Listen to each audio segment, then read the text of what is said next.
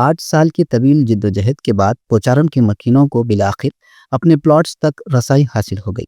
Hydra ने सड़कों को बंद करने वाली गैर कानूनी दीवार को मुनहदम कर दिया, जिसके साथ ही कई बरसों से जारी तनाज़ा खत्म हो गया। इस कामयाबी पर इलाके के मकीनों ने खुशी का इजहार करते हुए जश्न मनाया और अपनी मेहनत की कामयाबी को सराहा।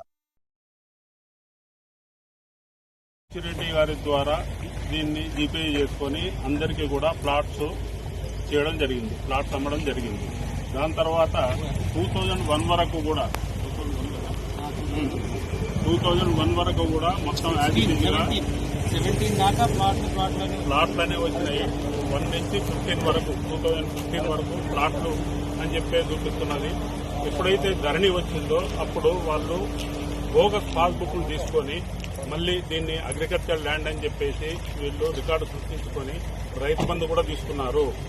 అయితే మేమందరము కలెక్టర్ గారికి, ఎంఆర్ఓ గారికి అందరికీ ఆర్జీ పెట్టుకోవడం మూలాన మళ్ళీ వాళ్ళ ఏదైతే రైతు బంధు తీసుకున్నారో దాన్ని మొత్తము వాపస్ చేయమని చెప్పి ఇన్స్ట్రక్షన్స్ రావడం మూలాన మిగతా అందరూ అంటే ఈయన పార్ట్నర్స్ ఒక 5-6 ఉన్నారు, వాళ్ళందరూ కూడా రిటర్న్ చేశారు, కానీ ఇతను మాత్రం రిటర్న్ చేయలేదు.